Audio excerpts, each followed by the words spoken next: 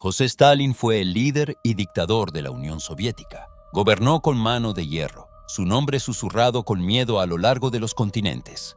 Familias enteras desaparecieron tras alambres de púas, pero detrás de los fríos bustos de mármol y los retratos severos había un hombre que también tuvo hijos. Hijos y una hija que llevaban su nombre, su sangre, y que lucharon a su manera por vivir bajo una sombra más alta que cualquier monumento. El primer hijo de José Stalin fue Yakov.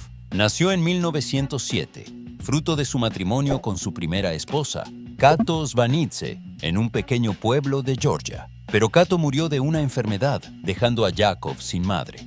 Stalin no tenía tiempo para criar a un niño.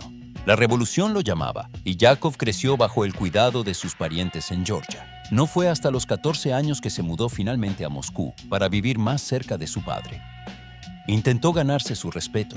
Se inscribió en la escuela de artillería. Pero Yakov era demasiado sensible, demasiado amable, demasiado dispuesto a mostrar dolor, todo lo que Stalin despreciaba. A los 18 años, se casó con una compañera de clase de 16, Zoya Gunina. Stalin se enfureció.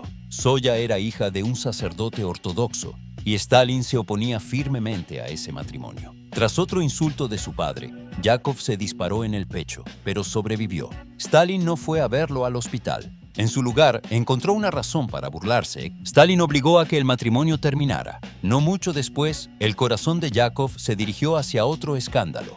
Una bailarina judía casada llamada Yulia Meltzer. Su amor provocó susurros, discusiones e incluso amenazas. Ese matrimonio tampoco fue aprobado por Stalin. Pero a Yakov no le importó. Por un breve momento, logró crear algo que se parecía a una familia. Tuvieron una hija, Galina. Luego llegó la guerra. El 24 de junio de 1941, Yakov partió al frente.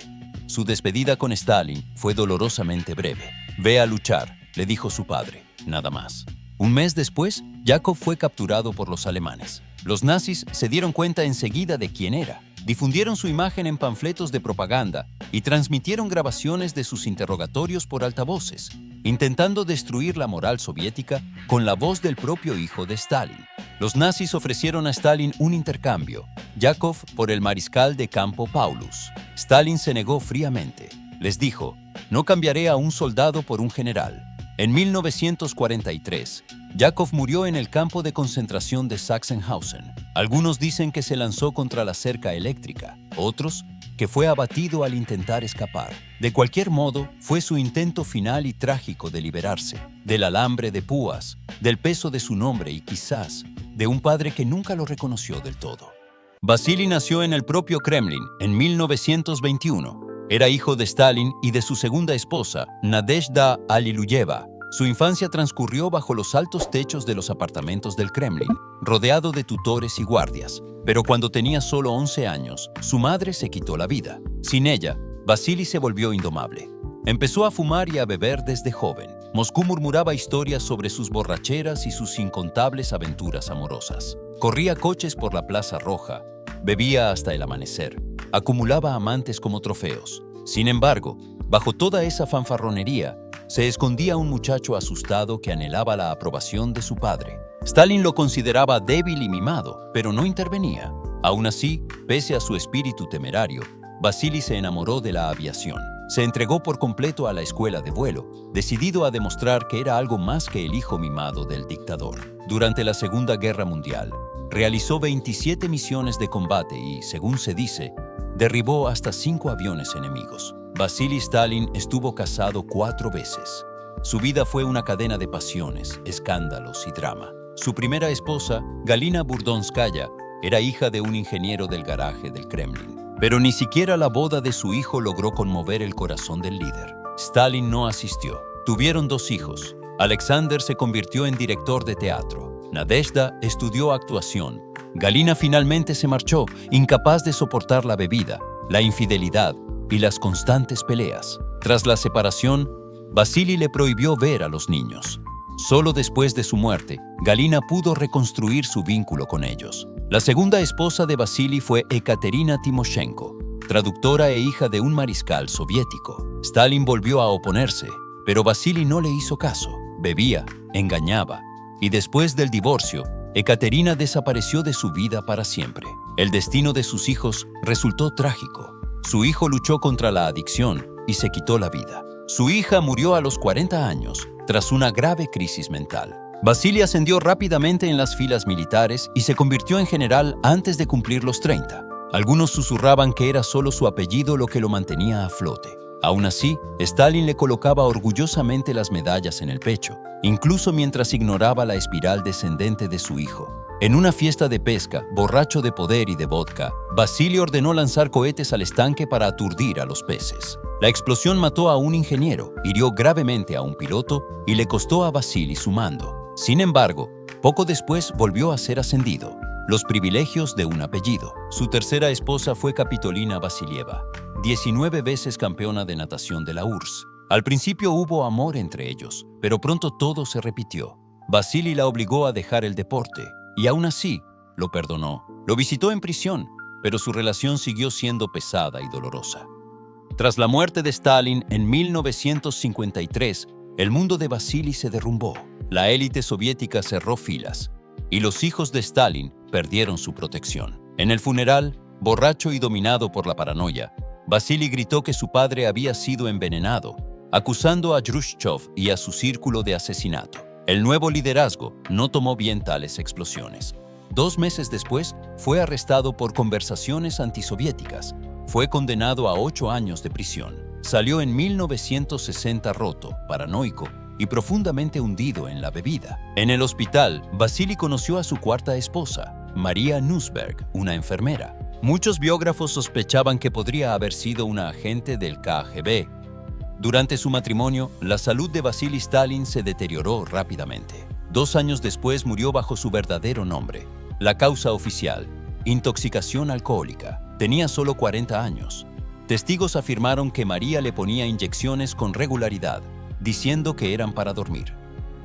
Svetlana fue la única hija de Stalin, nacida en 1926. Era 5 años menor que su hermano Vasily y la niña de los ojos de su padre. Él la adoraba, la llamaba pequeño gorrión y la colmaba de un cariño que ella a veces no comprendía. La mimaba sin límites, permitiéndole casi todo. A los 16 años, Svetlana se enamoró de Alexei Kapler, un actor de cine casado, casi el doble de su edad. Kapler fue arrestado, acusado de espionaje para el Reino Unido y enviado a los duros campos de Vorkuta por 5 años. Después de la guerra, Svetlana intentó construir su vida lejos de la sombra de su padre. Estudió filología, se casó 5 veces, tal vez buscando ternura, tal vez una salida. En su primer matrimonio con Grigori Morozov, doctor en Derecho, Svetlana dio a luz a un hijo, Iosif. Stalin desaprobaba esa unión, en parte porque Morozov era judío. Iosif se convirtió en un reconocido cardiólogo y doctor en ciencias médicas. Más tarde, Svetlana se casó con el científico Yuri Shchedanov casi sin cortejo.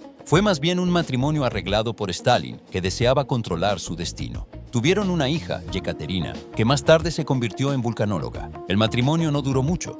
Tras el divorcio, Svetlana tuvo otros matrimonios y romances con figuras destacadas de la cultura soviética y de los círculos disidentes, relaciones que moldearon profundamente su visión del mundo y su vida. Stalin detestaba a la mayoría de sus maridos. En 1966, viajó a la India para devolver las cenizas de su tercer esposo. Desde allí dio un paso sorprendente. Pidió asilo político a los Estados Unidos. La hija de Stalin desertó, aterrizando en suelo estadounidense en medio de una tormenta mediática. De pronto, la hija de Stalin aparecía en la televisión norteamericana, denunciando su legado, publicando memorias y viviendo bajo un seudónimo en pequeños pueblos de Estados Unidos. 2 años después, publicó unas memorias que desnudaban su infancia en el Kremlin e intentaban exorcizar los fantasmas de su padre. En esas páginas, culpaba de mucho a Beria, intentando convencer al mundo de que el legado monstruoso de Stalin no le pertenecía por completo. En Estados Unidos, Svetlana volvió a buscar la felicidad. Se casó con un arquitecto, William Wesley Peters, y dio a luz a una hija. Después del divorcio, Svetlana adoptó el seudónimo de Lena Peters. En 1984, regresó a la Unión Soviética. El Estado la recibió con una fanfarria propagandística, restaurando su ciudadanía de la noche a la mañana. Pero, según sus propias palabras, nunca se sintió libre, ni en América, ni en la Unión Soviética. Tras un breve intento de establecerse en Georgia, huyó de nuevo a Estados Unidos. donde pasó sus últimas décadas en un silencioso aislamiento. Se definía a sí misma como una prisionera política de Stalin. Murió en 2011, en un asilo de ancianos en Wisconsin. Una mujer compleja, inquieta, que nunca estuvo del todo segura de si huía de su padre o de sí misma.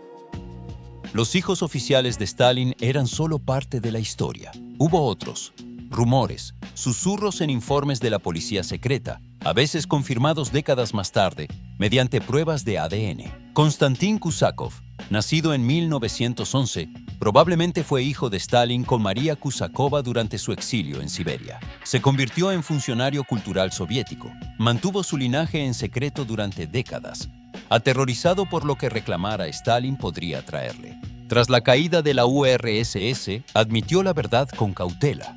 Luego estaba Alexander Davidov, nacido en 1914 de la relación de Stalin con Lidia Pereprigina. Vivió en silencio. Tuvo hijos que se convirtieron en científicos e ingenieros. Y estaba Artyom Sergeyev, no de sangre, sino por adopción, hijo del amigo cercano de Stalin que murió en una explosión, criado en el hogar de Stalin como uno más de la familia. Artyom llegó a ser general, un leal soviético. Pocos de los descendientes de Stalin buscaron la fama. Tal vez entendieron mejor que nadie que la notoriedad bajo ese apellido podía ser más una maldición que una corona. Suscríbete al canal y deja un comentario sobre a quién te gustaría ver en el próximo video. Gracias por vernos.